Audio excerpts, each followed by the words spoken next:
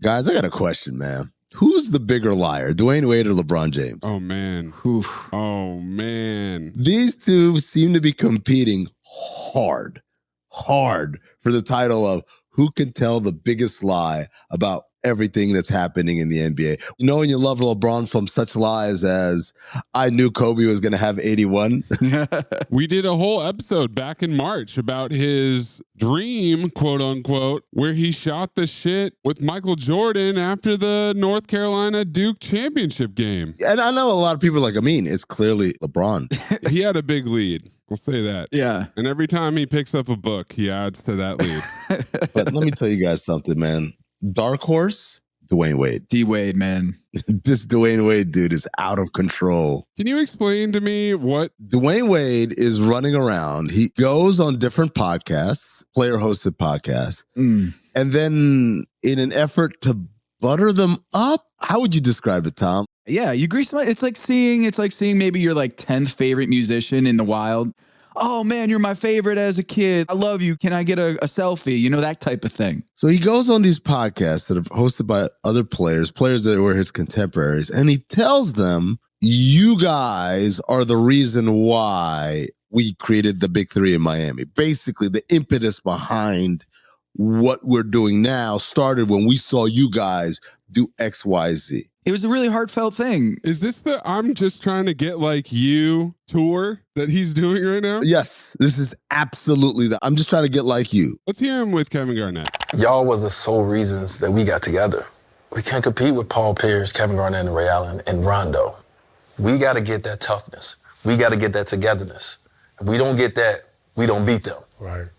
When we met y'all in the playoffs, we feel like we're prepared and we're ready. Okay, so that makes a lot of sense. Like the Big Three in Boston got together 2008. They won a shit ton of games. 66 wins, and then won the title. Right, and the Celtics were the ones that dispatched LeBron in the playoffs that year before. Sure. It makes a lot of sense that D-Wade and LeBron would link up because of them. LeBron had even previously echoed this sentiment after beating them in the playoffs. It's a great team. Like I said, I got the utmost respect for that team. They're the reason why all three of us came together. It's because of what they did, that blueprint they had. But then he went on Tony Parker's podcast, which I don't know. Did you guys know that Tony Parker had a show? I didn't. Now I do. It's great marketing. His first ever TV show.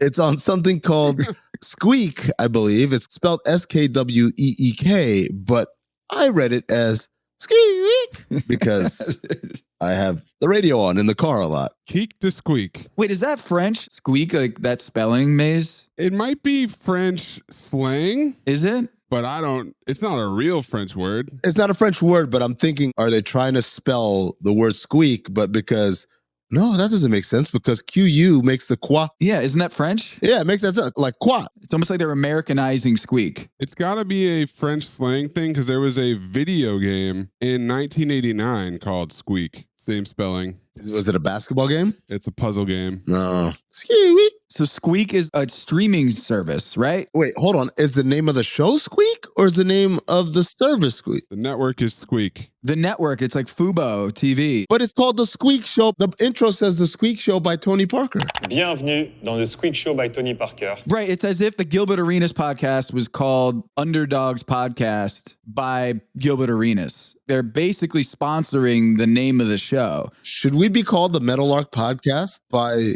Basketball Illuminati? Yeah, that would be it. It really makes a lot of sense because this is marketing. We just spent 5 minutes talking about Squeak. Squeak. And now everybody listening is going to know that Sexy Red has a podcast. What Tony Parker's show is on. Okay. The agency took Squeaky Sneakers as a starting point, using it as the impetus for the streaming service's name and a guiding philosophy for the energy of the brand. Is this a streaming service devoted to just basketball? Yeah, it's Eurobasket in France. Is it like if the Reebok pumps were developed into a streaming service? I think Fubo is the right comparison because Fubo kind of sounds like football. Squeak kind of looks like squeak. For us, by other people. But anyways, Tony's sitting there with Dirk, Powell, Dwyane Wade, And of course, the other member of their Hall of Fame class in Springfield, Thierry Henry. Hall of Famer, dude. Oh, don't forget about the other dude, Matt Pecora, who's the French musician, apparently. Hey, they were all there. And then Dwyane Wade told him that it was Matt Pecora's album that inspired. He went around the room. No. Let's listen to Dwyane. I remember cutting my TV off as soon as when Kobe ran and grabbed that ball. I was just like, LeBron. All right, LeBron. Especially losing against them before. CV, I ain't lying to you. I'm not lying to you. I cut the TV off when I watched that shit, and I watched Kobe run and grab the ball and celebrate. I was like, so what you gonna do? That was our summer free agency. They were dominating. Like, Kobe was winning all these rings. I was like, wait, hold on. Now he got 5 and we got 1? Like, no. So, yeah. That was a... It's great how he changed the league. How he created. I know that. Yeah, no, thank you. No, we're proud of that. Yeah. Somewhere in the world, Kevin Garnett is watching and he's like, it too, Dwyane, really hurt, single tear rolling down his cheek. You used me. Well, I mean, isn't this a dangerous game here to give credit to Pau and Kobe when Tony Parker and Dirk are right there? Aren't you kind of burning that bridge, or is he just going to wait a couple days and then hit them with that lie later? A couple of days. I think on the way out, he pulls them aside and says, hey, I know I said that. Is this like Mikey and Swingers? When do you call? It's like 2 days. You wait 2 days to go on the other person's pod. No, it's actually 7. 2 days too close. No. Right on the way out the door. Little squeak behind the scenes. Yeah. Catches Dwyane Wade. Hey, man, I just want to let you know, like, yeah, I know I said that. I didn't really mean it.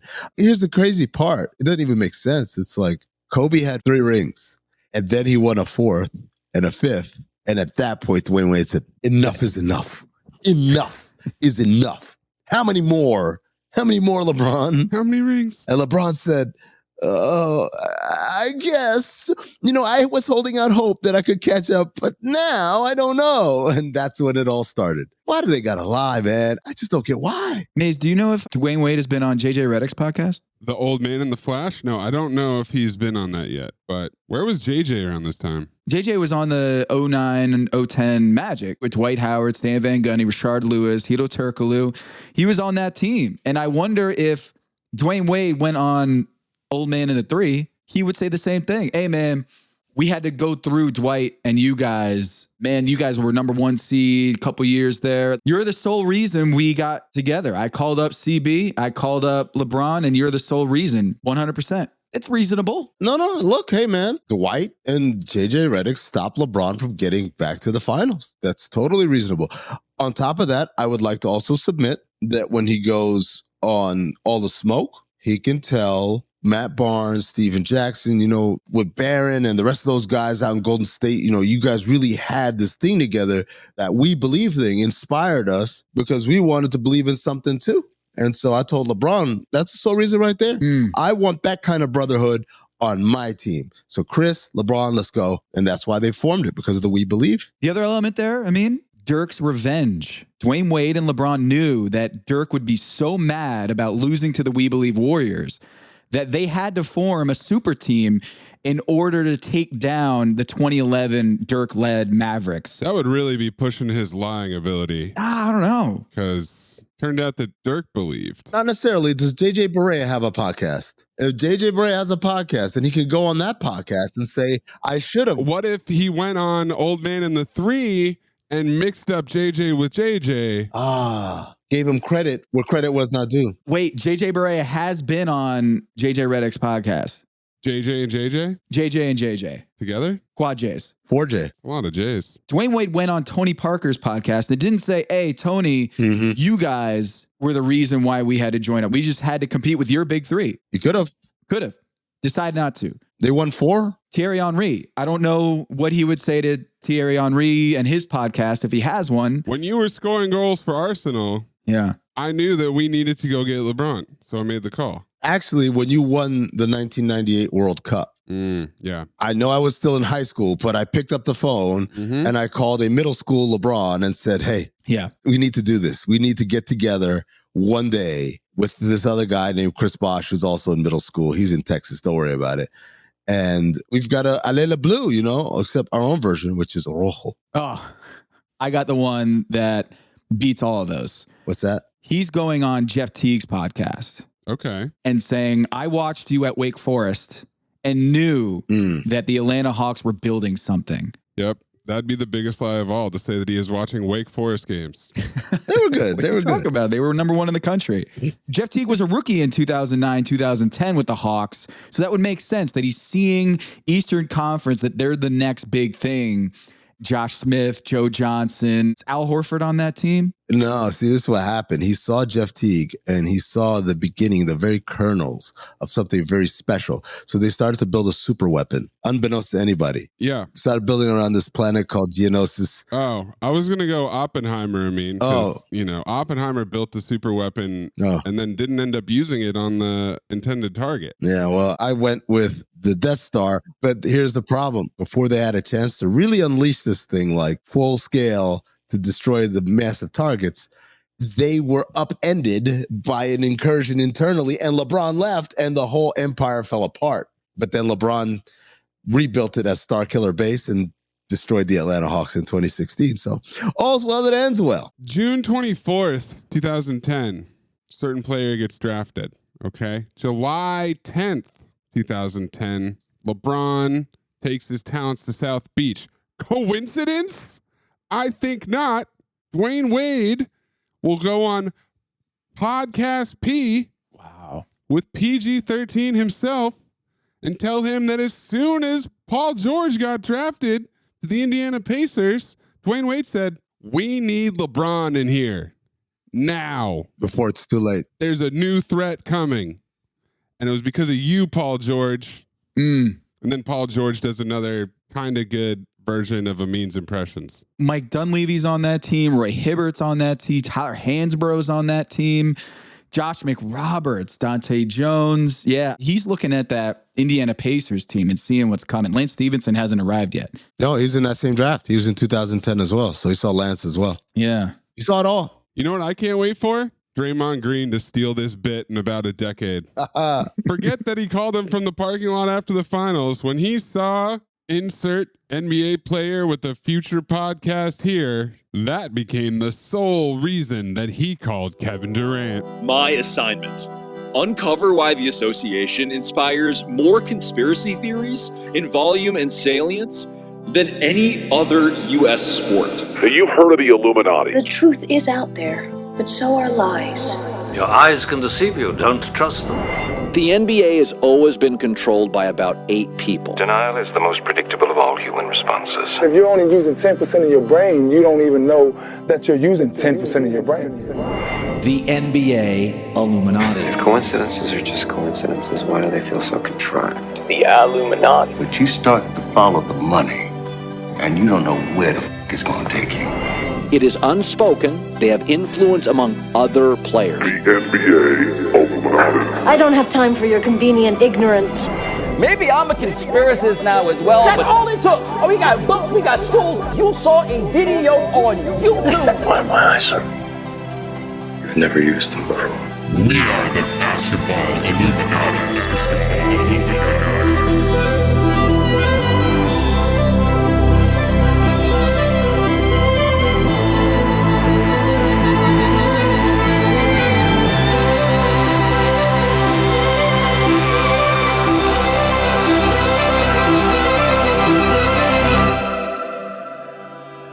This is Basketball Illuminati. I am Tom Haberstroh, and as always, I am joined by the 5-star Illuminarmy generals, Amin Hassan and producer Anthony Mays, the co-presidents of the Illumination. Fellas, it is still September, and we are not going to go through September transactions like we did last week. We already did that. We're going to do something else. It is GM survey time, and I believe there's some truths that are going to be spoken later in this episode. We're going to get to that, but first...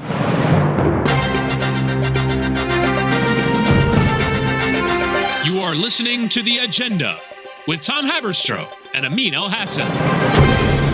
McGruder. Can't say Rodney McGruder without thinking of the McGruder theme. Yeah. Do you think he likes that? I think he probably had no idea what it was, and then someone explained it to him, then he went and watched it, and then he was like, hell no. Can you please not do that again? I'm sure people come up to him and just like, you're the McGruder guy. No, it's McGruder. Thank you very much. In any event, he is now signed by the Golden State Warriors to a training camp deal. He's going to fight for his spot in the lineup. And I use that word, fight to survive, with all of the pun intended, because McGruder. Sorry, I apologize. Continue. You don't apologize. That's not sincere. Draymond Green hates this dude. The Warriors hate this dude. Like, of all the people that the Warriors could bring into training camp, wait a minute. They just brought in Chris Paul. What is Mike Dunleavy Jr. doing? What is he doing? I don't know. He got enemy number 1, Chris Paul. Enemy number 2 in Rodney McGruder. Who else is he going to bring in here? Well, he tried to bring in Dwight Howard, but that apparently didn't work. Dwight came in for the workout, and then they ultimately passed on him. Not hateable enough. Even though apparently Dwight was told by Draymond and some of the other vets that they really wanted someone like him in the locker room, to which afterward, when it was reported, Draymond said, one day, not everything will be leaked. One day. And I said, Draymond, I heard you, man, but also you the mouth of the South, man. How can you start talking about hoping things don't get leaked? Come on, man.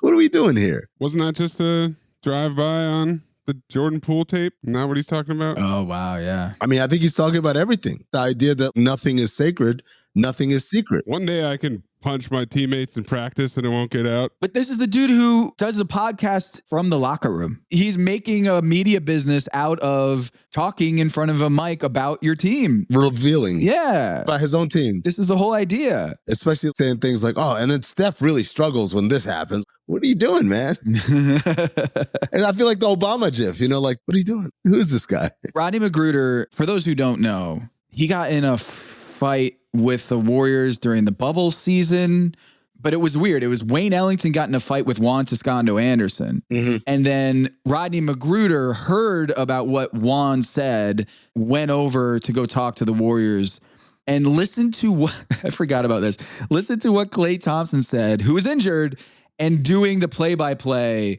with NBC Sports. Rodney McGruder, I don't know. This dude might be out the league soon. He's probably mad about that. Who knows? Wow. Shots fired.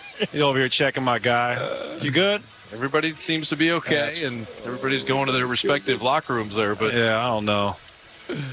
No. So that will end it right there. But that's savage. 5 over here trying to start something like he's a good player or something. It's like, bro, get out of here. You might be sorry. All right, we're done. Easy. I'm done.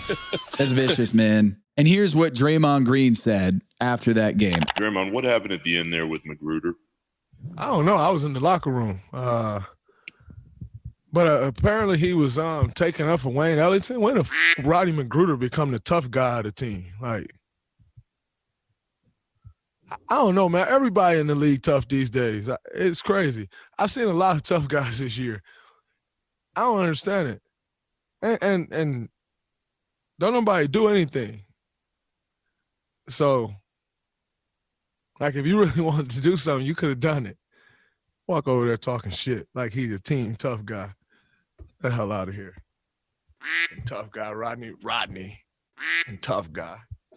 But I know ain't nobody scared of no damn Rodney McGruder. You know who was unfortunately a casualty of this Rodney McGruder signing is none other than Juan Toscano Anderson. Yeah. Who had a deleted tweet. Wow. Showing disdain for the acquisition. Juan Toscano Anderson is the local guy. You guys got to remember that. Yeah. This is the dude that is from Oakland. He went to like Oakland Tech or whatever. Matter of fact, Zach Harper and I used to do a bit the year the Warriors were really bad. People said, oh, I thought you guys said Steph was amazing. Why isn't he making them win? It's like, because he's playing with his brother-in-law, the kid that went to high school down the road, Mulder, Scully from X-Files, the ridiculous lack of talent that he played with. And obviously Juan goes on to win a title for his hometown and then supposed to go live out his dreams in La La Land, and that didn't quite work out. And so this is like, oh, maybe I can come home. And no, you can't. It could have been his training camp deal, Tom. That's the gist. Yeah. They chose the enemy Rodney over him. So his reaction was,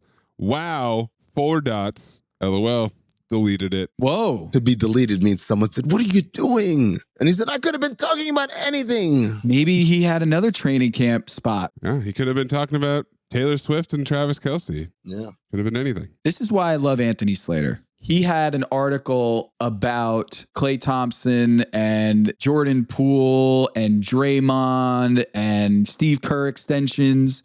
I'd love to believe that Slater did this on purpose. Maybe I'm reading too much into it, but as we know on this show, there's a lot of code in the NBA. Always. And I think that Slater is doing this on purpose. He writes, the introduction of the second apron has made everything a little trickier. Beginning the following summer, if the Warriors are still into that second level of the tax bracket where they currently live, they'll be hit with a handful more punitive penalties. Oh, more punitive penalties. Hit with a handful? More punishing punishments. Some good alliteration from Slater right there. Maybe that's what he was trying to work in. More sicknesses. Severe sanctions coming their way. And then later I'm like, all right, maybe that was a coincidence. There are no mistakes, no coincidences. Later on, the next paragraph, he says, that's been viewed as a no-go for the Warriors internally. They're remodeling their roster with the intention of ducking the second apron next summer and maintaining flexibility. Later, he says, an alternate path to duck under the second apron would have been to let Thompson's contract expire and allow him to walk. But they've been firm in their intent to eventually extend him. And Thompson has remained a desire to return. Everything comes back to the Jordan Poole punch. Anthony Slater, I see you and I salute. You got a lot of ducks, dips, dodges, dives, and ducks, right? Hit with a handful. Was a handful. This is like, remember when Wes Welker did the whole press conference? They were playing the Jets and the Rex Ryan foot fetish thing had come out. Oh, yeah. I mean, the guy is, he is who he is, and he does a great job of making sure everybody's on the same page and everybody's putting their best foot forward. You can't just stick your toe in the water, especially, you got your foot up in the air. Want to go out there and just put your best foot forward. He's got great feet. He has good feet. He's another guy who has great feet. You want to make sure that, you're putting your best foot forward out there. So let's go out there and being good little foot soldiers. You definitely have to be on your toes and make sure that you're ready to go. That's great. That was a masterclass. So how does that connect to Rodney McGruder? Is he going to duck under the apron? Well, Chris Paul doesn't have to duck because he just walks right under it. Oh, man, don't do that. This little guy. Are they going to hope that everybody fights and the team remodels itself? I think Slater's trying to tell us something, that maybe there's a foreshadowing here. Hey, don't forget about the punch. This might happen again. And sure enough, they bring in Rodney McGruder. He's trying to tell us, watch out. Someone's going to have to duck or else they're going to be hit with a handful. I've got a question. So Slater and Sam Amick sat down with Mike Dunleavy Jr., the new general manager of the Golden State Warriors. Mm-hmm. They asked him about that big man workout, and he said, we feel like we've got 5 guys on our roster right now who can give us minutes at the 5 position. Oh. Obviously, Kevon Looney, who starts at the 5, that's one. Draymond Green, that's another. Kuminga, I'm guessing, is a third. He's a Steve Kerr 5, yeah. Gary Payton the second. Mm-hmm. And Usman Garuba. Isn't Saric on the team? And Saric. Okay, so then it's not Payton. It's Garuba, it's Saric, it's Kuminga, it's Looney, it's Green. I'm guessing that Trace Jackson Davis will see minutes at the 5 before Usman Garuba. Forgive me for perhaps stating the all too obvious, but I feel like outside of Green and Looney, all those guys don't have the, how shall I say this, the girth to deal with actual centers. By the way, I'm not talking about Jokic. Everyone loves to run to Jokic. Look, no one could guard Jokic. He's the best player in the league.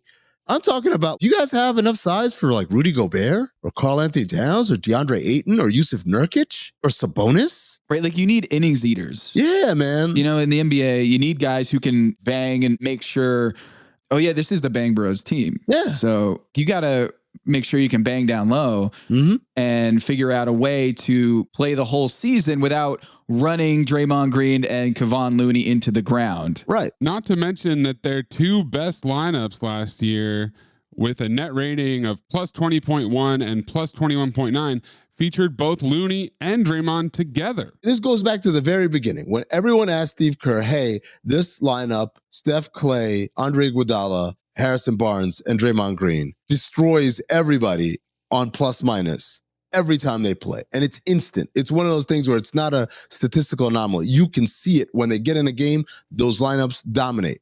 Why don't you just start those guys all the time? Why isn't that your starting lineup? Steve Kerr said, look, man, if I do that, I'll run these guys ragged. The beauty of that lineup is that I only turn to it in certain moments, and in those moments, they get to be their most pure, most concentrated amount. You begin to dilute it if you go to it too much, right? And as a result, they played lineups that perhaps weren't as good, but like you called them, Tom, they're innings eaters. You need Festus Ezeli out there to eat up time.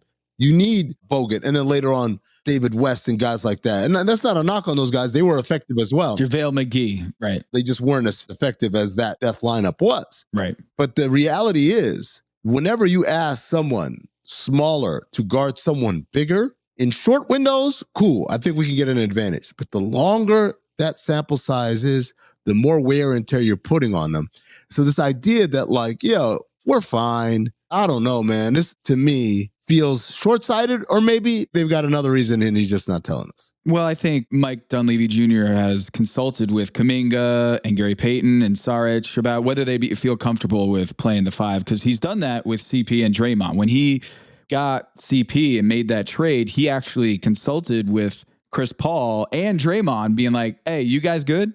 According to our guy, Om Young Masuk at ESPN.com, he did a sit-down with Draymond.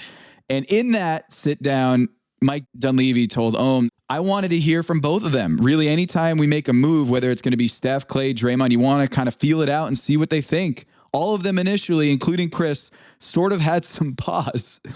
But then they thought about it and real quick became like, let's do this. This is going to be great. This is the most open book team in the NBA, by the way.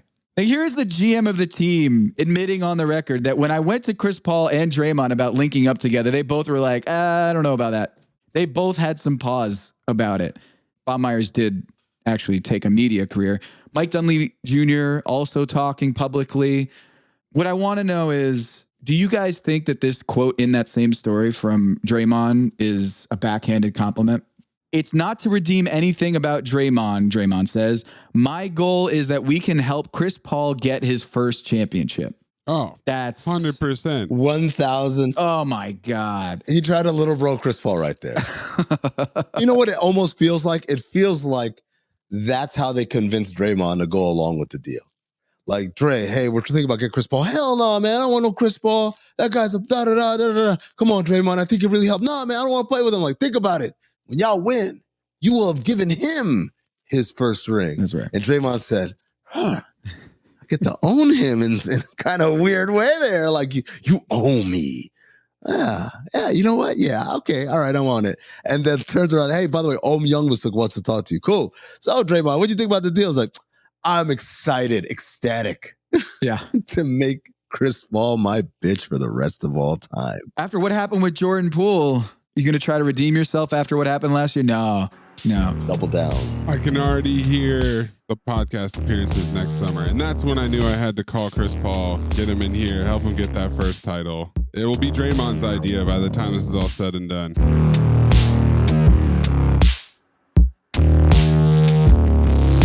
Listener, listen up. This is important, okay? I'm going to try to save you some money here. If you're still overpaying for wireless, it's time to say yes to saying no. At Mint Mobile, their favorite word is no. You may think like, oh, that's bad. No contracts, no monthly bills, no overages, no hidden fees, no BS. Here's why I said yes to making the switch and getting premium wireless for $15 a month. You heard that correctly. $15 per month. Ditch overpriced wireless and the jaw-dropping monthly bills. And of course, there are all these hidden fees and stuff, but at Mint Mobile, plans start at $15 per month. All the plans come with high-speed data, unlimited talk and text. You're not doing like weekend and nighttime minutes or anything like that. And it's delivered on the nation's largest 5G network. Use your own phone. Don't have to get a new phone. Use your own phone with any Mint Mobile plan and bring your phone number along with all of your existing contacts. I switched months ago. People have asked, did you actually switch? Yes, I actually switched months ago. And I don't know what to do with all this extra money. I've cheated the system here. I've rigged something. This is an Ocean's 11 situation where I'm stealing wireless from Mint. That's how good a deal it is. Ready to say yes to saying no? Make the switch at mintmobile.com/dings. That's DINGS. That's mintmobile.com/dings. Upfront payment of $45 required, equivalent to $15 per month. Limited time new customer offer for first 3 months only. Speeds may slow above 35 gigabytes on unlimited plan. Taxes and fees extra. See Mint Mobile for details. Hello, listener. It's producer Maze here to talk to you about Kindred. Now, close your eyes like Owen Wilson during a job interview and imagine a way to travel that feels personal, comfortable, and connected without the price tags and the sterile feelings of hotels or short-term rentals. Now open your eyes and stop using your imagination because Kindred has made it very real. That's exactly what they do. Kindred is a members-only home swapping network. It's not a hotel. It's not a short-term rental. It's a smarter way to travel where each stay feels like home. Here's how it works. With Kindred, your home is your ticket. You earn credits by hosting fellow Kindred members, and then you use those credits to stay in over 220,000 homes in more than 100 cities worldwide. There are no hotel costs or rental fees, just the credits that you've earned. Every stay comes with white glove service,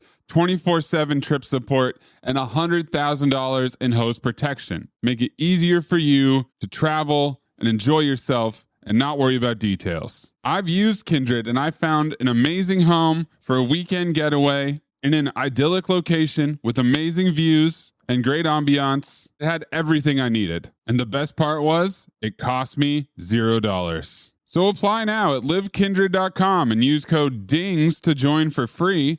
Plus, you'll earn 5 nights of travel credit just for signing up. That's right, that's 5 whole nights for free at livekindred, KINDRED.com, code DINGS, DINGS, livekindred.com, code DINGS.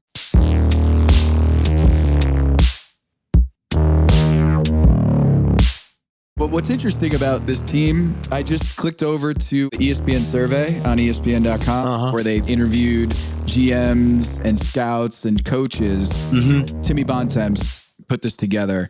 And not a single GM, coach, executive picked the Golden State Warriors to win the championship. So I kind of feel like they don't believe that this is going to work out either. The league doesn't think that this Chris Paul, Rodney McGruder, Draymond Green, that this whole thing is ever going to work out. The league never believes anything because they don't care. When are people going to understand? This one, the NBA.com GM survey. Look, let me explain something to you people. It takes time to connect the dots. I know that. But also, I know that there could be a day of reckoning when you wish you connected the dots more quick. What were we thinking? Why didn't we wake up when we had a chance? Move it! Demolish it! Blow it up! What gets us into trouble is not what we don't know. It's what we know for sure. That just ain't so. Amin's inconvenient truth. Communicate this real clearly. The only way I do it. City by city, person by person, family by family. There are a lot of people go straight from denial to despair. Without pausing on the intermediate step of actually doing something about the problem. Amin's inconvenient truth. You're listening to this podcast, presumably you're someone, maybe you've got a job, maybe you go to school. Let's take go to school as an example. You've got midterms, you've got a paper due, maybe you're dating someone and this person is like, hey, we haven't seen each other since, Friday. So like, okay, let's get together, let's do some stuff, whatever.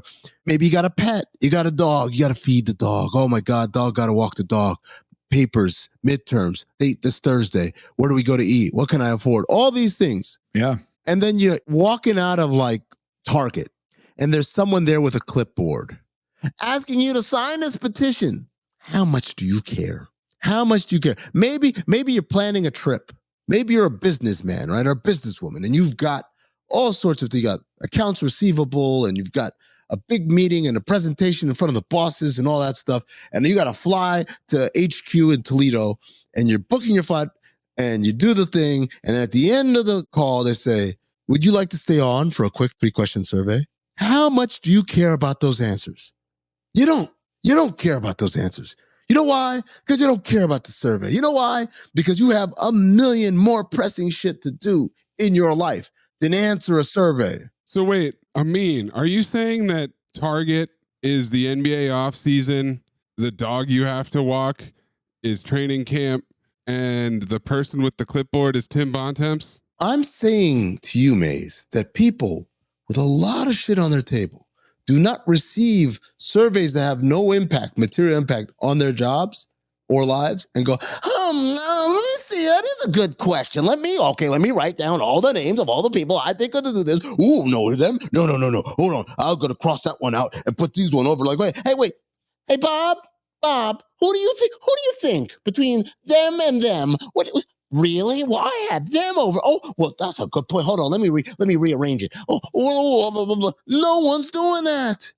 They're going over the seat of their pants. They're like, I got to fill out the survey. Sure. Celtics, why not? Who won the conference last year? Yeah, them. Sure. Who won this award last year? Mm-hmm. They'll do it again, right? Yeah. It turns out that Tim Bontemps did his own research, and he writes in this section. Wait, hold on, Tom, please. Can we get a limited fake Tim Bontemps for the people?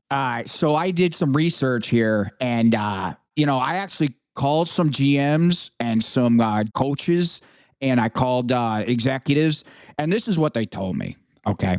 This category has had a checkered track record of success, to put it mildly. Over the past few years, ahead of the 2019-2020 season, neither the Heat nor the Lakers received a vote to win their conference, let alone the title. The Clippers and the Bucks were runaway choices. Both lost in the second round. Okay.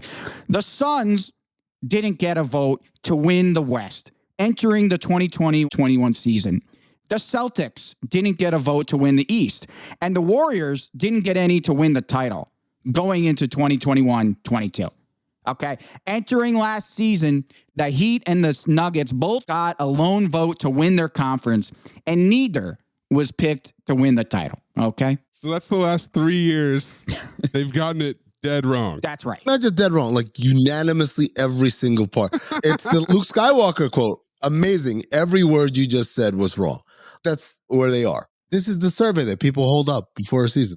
Like the idea is like these people are supposed to be prescient. My question to you, Amin, is if you're filling this out, is it more likely you lie like you're D Wade and put in a vote just so that the expectations are that much higher on that team, almost like they're buckling under pressure? Kind of like a little, I'm not going to actually try to predict this, but I want to do is make it seem like the Celtics should feel the pressure of winning a title. I'm going to put the Celtics here. Yeah, this is the Jeff Van Gundy school of when the big three got together, they said they should win 77 games. Yeah. Rather than kill them with like, oh, this is awful, or oh, this isn't going to work, this is whack. You do the opposite. You place undue expectations on them and then watch everyone be like, oh my God, like watch them crumble and stuff. It's ridiculous. But it is the only option in answering that survey that actually serves the survey filler-outer, right? Like the survey respondent.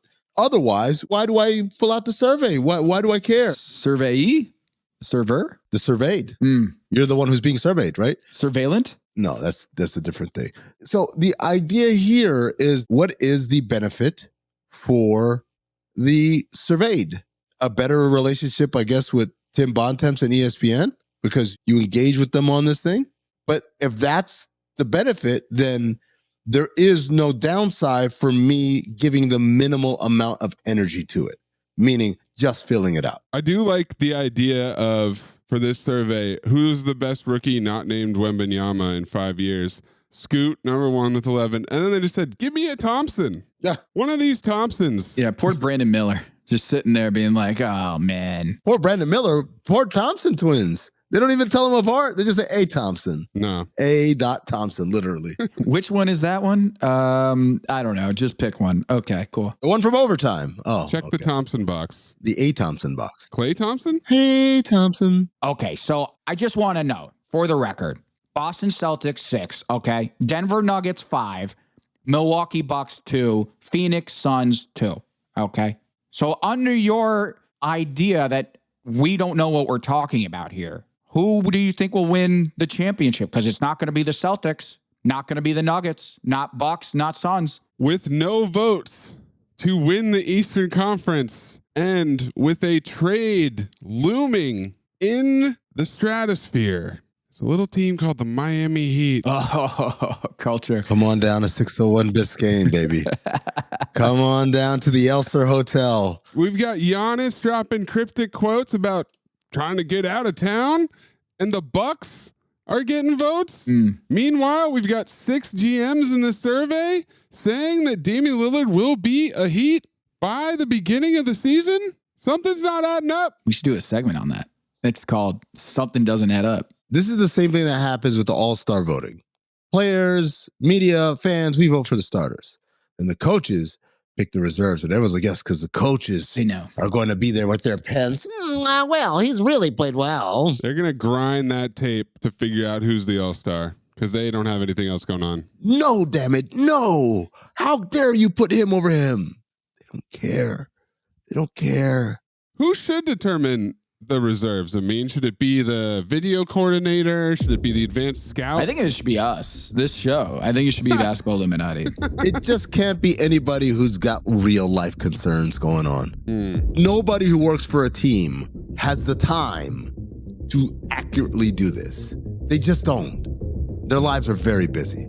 So either it's the league or it's us, the media, but not them. This is so sad, man. So wait, Amin, are you saying that when someone gives you a survey or asks you to vote for the All-Star reserves and you've got a lot going on, what would you say that is to your schedule, to your time? It's an inconvenient hassle. It's making it an inconvenient truth.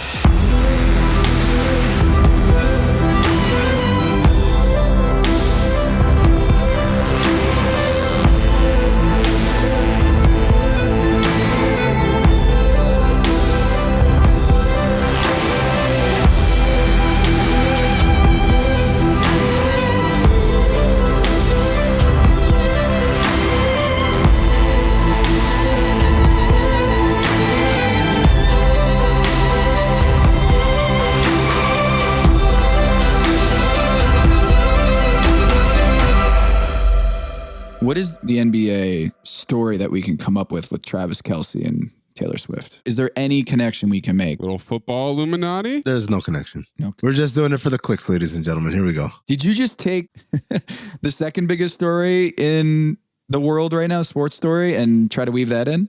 That's amazing. Nice work.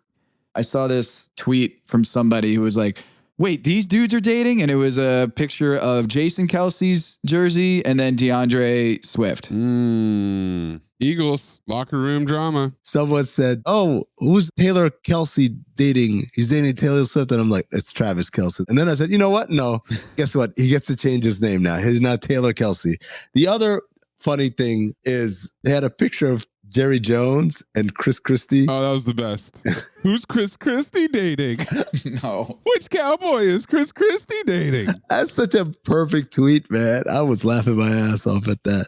But yeah, Swift and Kelce, man. Swift and Taylor. No, Travis Kelce? Kelsey Grammer? Is there Kelce in the NBA? There's a Kelsey Wright Johnson who works for the Memphis Grizzlies. Digital content for them for Grindhouse Media. Does she count? Oh, I know what we can do. I mean, this is right up your alley. A Hoop Grids with Taylor Swift. Can you put any players in NBA history with the last name Taylor and Swift on the same team? Let's see. I want to say... There's a Stromile Swift. You know, George Sedano used to call me Stromile Swift. Why?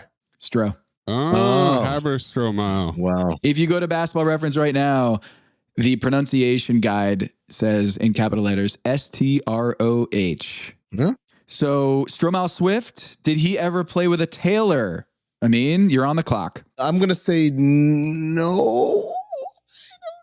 I don't know. The only Taylor I'm thinking about is Taylor Griffin right now. Oh, no, he did. Oh, my God, I did it. You did it? Taylor Griffin and Stromile Swift played together in Phoenix in 2009. No. I take it back. I don't think they crossed paths. Damn. Oh, man. Yeah, Swift was 08-09. Closest I can get is Tay. He played with Dante Jones. Oh, from Duke? In Memphis. 116 games together. So Tay Swift, close, but no cigar. Wait a minute. What? What if it's not Stromile? What if it's the kid from Bakersfield, California? Robert Swift? Robert Swift. There's also a Skeeter Swift who played in the 70s. Skeeter Swift? That's not a real person. That's a real person. Played in the ABA. Robert Swift played with Jeremy Tyler on the Tokyo Apache.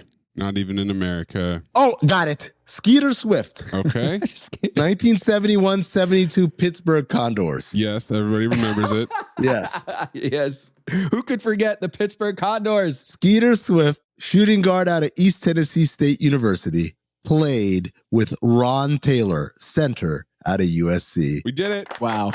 Another basketball Illuminati problem solved. We did it. Oh my God. Skeeter Swift jerseys are about to go through the roof. 400% spike. Or Ron Taylor jerseys, because there's that one too. Maybe that's a couple. If you get a Ron Taylor jersey and a Skeeter Swift jersey, then you guys can go to the game together. But here's a fun fact, guys. Rookie on that team out of George Washington University, Walter Zerbiak. Oh. You may remember him from siring one Wally Zerbiak, who would then go on to say that Tyrese Halliburton apparently isn't that good.